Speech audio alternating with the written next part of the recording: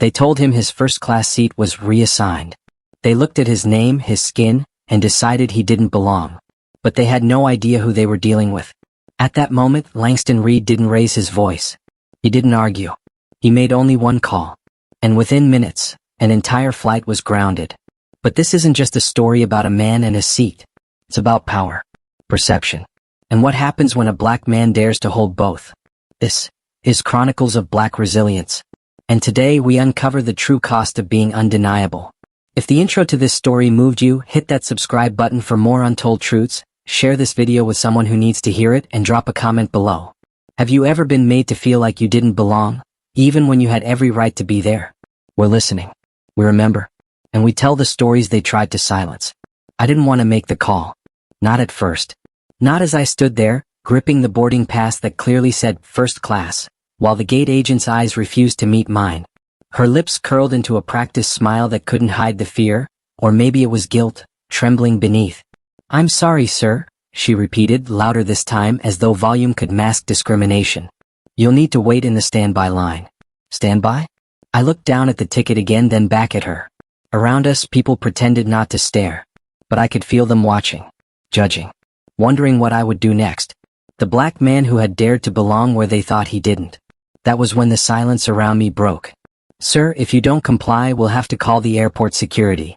I smiled. "Come, pull." And I reached into my coat pocket, not for a weapon, not for my wallet, but for my phone. I dialed one number. No words.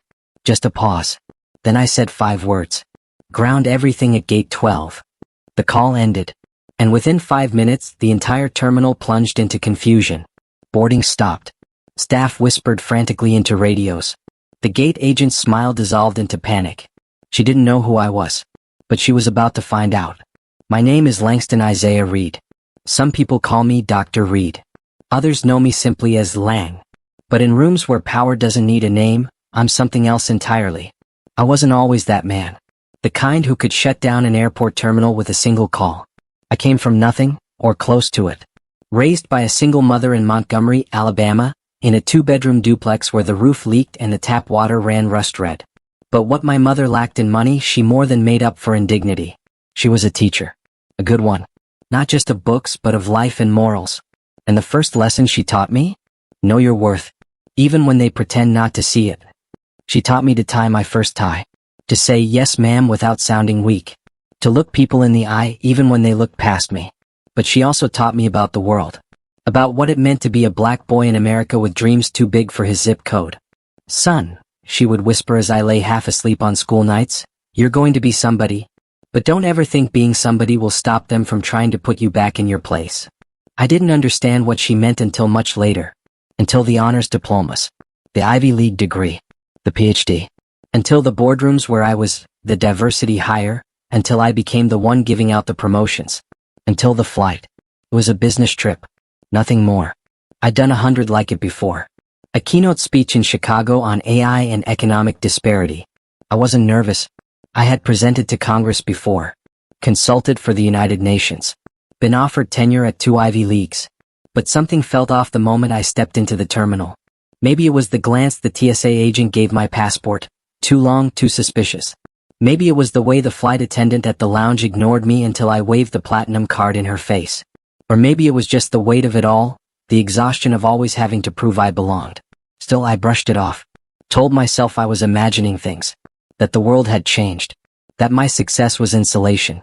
But insulation isn't immunity. The woman at the gate looked up as I approached. Her eyes did the thing they always do. The flicker from my face to my skin to my clothes to the name on the ticket. Langston Reid. "Yes." "I'm sorry, sir. There seems to be an issue." I frowned. "An issue? It looks like your seat's been reassigned." "To what?" "Economy." She said it like it didn't matter. Like this wasn't a $2,700 ticket. Like I hadn't booked it weeks ago. Like I wasn't the keynote speaker for the very company flying me out. "There must be some mistake," I said, keeping my voice even. She smiled. "You'll need to speak to customer service." I paused. Looked around. Behind me, a white man in a crumpled polo shirt sauntered past her with barely a glance and was waved through, into first class. I turned back. And I knew. This wasn't about a glitch. This was about perception. About someone who didn't think I looked like I belonged where I was. And in that moment, I heard my mother's voice again. They'll always pretend it's a misunderstanding. Until you show them it's a mistake. The call that changed everything. I didn't raise my voice. I didn't make a scene. I just made the call. 5 words. That's all it took. And when the ground staff scrambled, when the operations manager rushed over, when the pilot himself came out from the jet bridge, suddenly they wanted to talk. Suddenly they were so sorry. Suddenly the seat was available again. But I wasn't interested in the seat anymore. I wanted an explanation. I'm afraid I can't comment on personnel matters, the manager said, beads of sweat gathering on his brow. I didn't ask you to, I replied. I asked if racial profiling is part of your training protocol. He flinched. Behind me, passengers grumbled. Some looked annoyed. Others curious. One older black woman near the gate caught my eye. She gave me the slightest nod.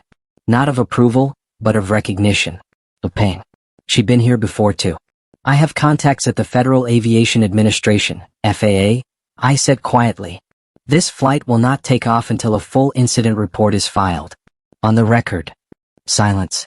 The gate agent, her name was Allison, looked like she might cry. I didn't enjoy it. I didn't want this.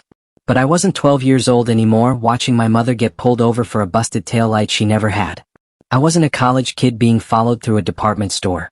I was a man who finally had the power to push back. So I did. The flight never took off. Passengers were asked to deboard, due to an operational delay. That was the official story. The unofficial one? A black man refused to be erased. I stood off to the side as the whispers grew. Phones came out. Some people recorded. Some just stared. A few offered awkward words of support. Good for you, or that was brave. But most looked uncomfortable. Like they were watching something private. Something forbidden. I didn't care. I wasn't there for applause. I was there for accountability. A regional director arrived 45 minutes later. Red tie, pale face, and a tone that hovered between corporate politeness and urgent damage control. Mr. Reid, we apologize for this egregious inconvenience. Please know that we are taking this matter very seriously. We value all our customers. Stop, I said quietly. He blinked.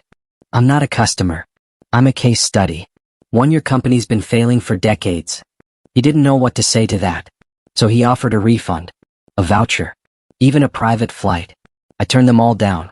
Because what I needed couldn't be bought. Behind me, the gate agent, Allison, was led away quietly. She didn't look back. And part of me hated that.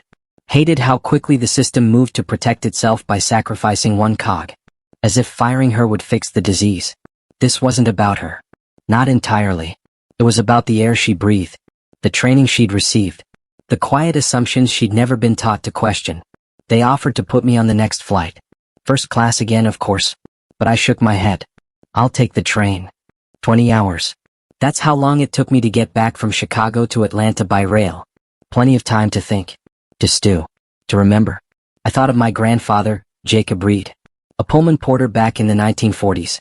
A man who wore white gloves and smiled while cleaning after white passengers who never once looked him in the eye. I thought of my mother. Her trembling hands after that traffic stop when I was a boy. The officer's flashlight shining in her eyes. Her calm voice as she said, "Yes, officer," even when he called her girl. I thought of me. And how much and how little had changed. And I wondered, is this what progress looks like? A black man who can cancel a flight, but still has to prove he belongs on it? When I finally got home, my wife met me at the door. She didn't say anything at first. Just hugged me. Long and tight. "You okay?" she asked. I don't know. That was the truth. Because power, I'd learned, doesn't always feel like victory. Sometimes it feels like a wound you're just allowed to press back harder. A week passed. Then 2. The airline issued a statement. A vague one. "We take diversity and inclusion seriously." The usual script. I didn't expect more. What I didn't expect was the letter. It came in a plain envelope. No return address. Just my name. Inside was a single sheet of paper, handwritten. Dr. Reid. You don't know me, but I watched what happened that day. I'm a junior flight coordinator at that airport. I've seen it before. But this time something changed. Thank you. No signature. I folded the letter, stared at it for a long time, and placed it in the top drawer of my desk, next to my grandfather's old gloves. Later that night I got another call. Not from the airline. from someone much higher. A senator. She wanted to talk. About systemic training gaps in the airline industry. About possible hearings. About change. I agreed to meet. Not because I thought things would be easy, but because I'd made my peace with something my mother once told me. You're not fighting to be accepted. You're fighting to be undeniable. We're taught to be silent. To take the refund. Smile through the insult. Blend in. But what happens when silence becomes complicity? What happens when one man, one phone call, ripples through a system built to forget him? What if that moment wasn't just a protest, but the beginning of something much bigger? Because the next time Langston Reid walks into an airport, they won't just know his name. They'll remember what happened when they forgot it. The echoes in high places. The senator's voice was calm, clipped, and direct. Dr. Reid, she said, this isn't the first time we've heard reports like yours. But your situation, how it unfolded, and more importantly who you are, makes this impossible to ignore. I sat quietly in my office as her words floated through the speakerphone.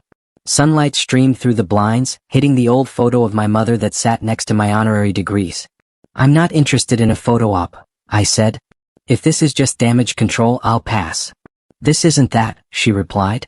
This is pressure. And now we've got leverage. She was right. The footage had gone viral. Not just the clips from passengers, but the audio from the airline call center. Someone had leaked it. My voice, measured, precise, calmly saying, ground everything at gate 12. Followed by the quiet click of a line disconnecting. I hadn't planned that. But the world noticed. They weren't talking about a man throwing a tantrum.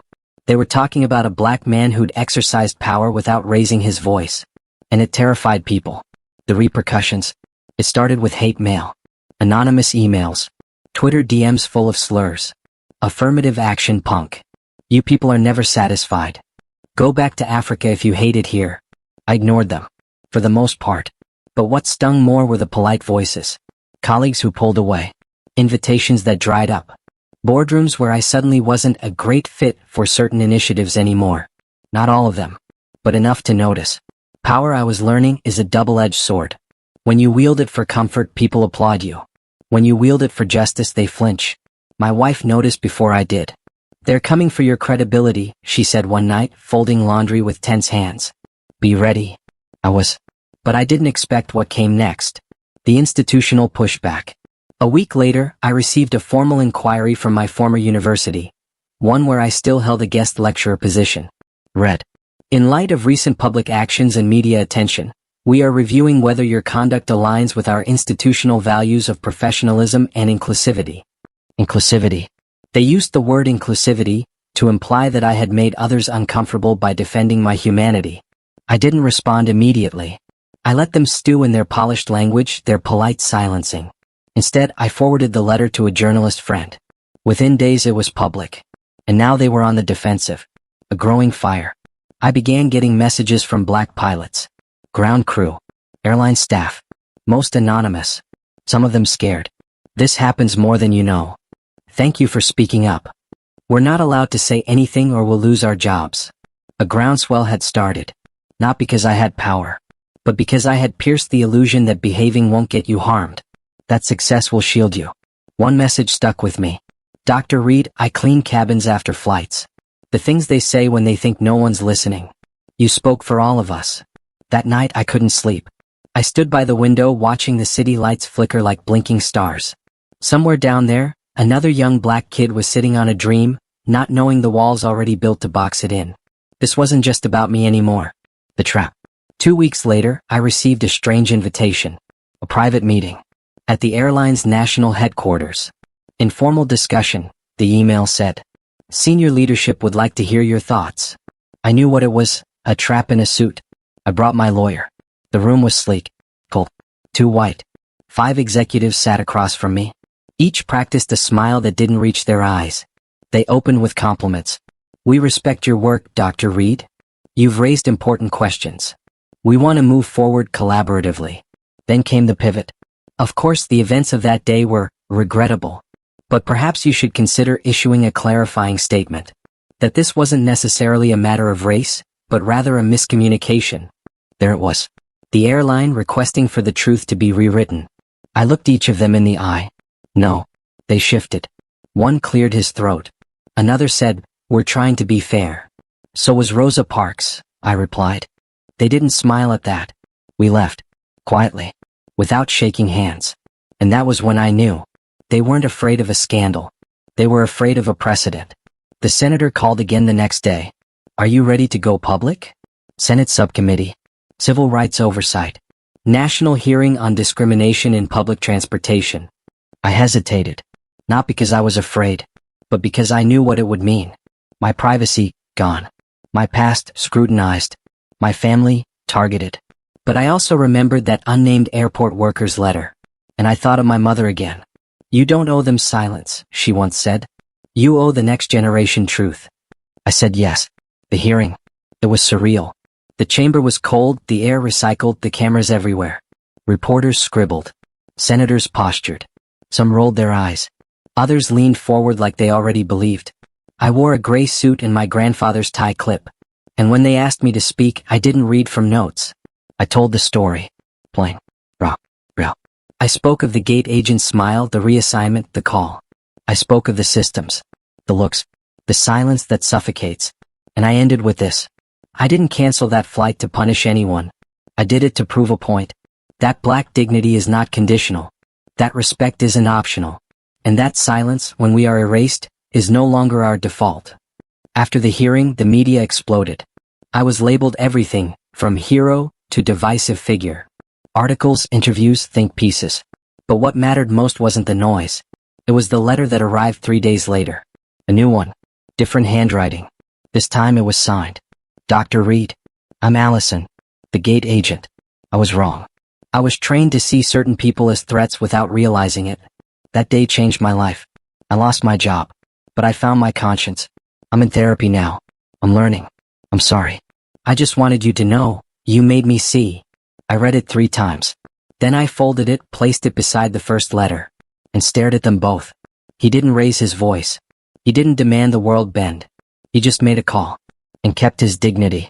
But power, true power, doesn't stop with one action. It ripples. It challenges. It transforms. And sometimes, it even reaches the very person who tried to erase you. Because this isn't just a story about a flight. It's the beginning of something much larger. But what happens when Langston Reid is invited to shape policy, only to uncover a deeper conspiracy hiding inside the very system trying to fix itself? If this story made you pause, made you feel something, don't keep it to yourself. Share this video with someone who needs to hear it. Comment below, have you ever witnessed quiet discrimination disguised as policy or procedure? What would you have done if you were in Langston's shoes? Subscribe to Chronicles of Black Resilience for more real stories they tried to bury, stories of truth, resistance, and power. Because the fight isn't over. It has only just begun.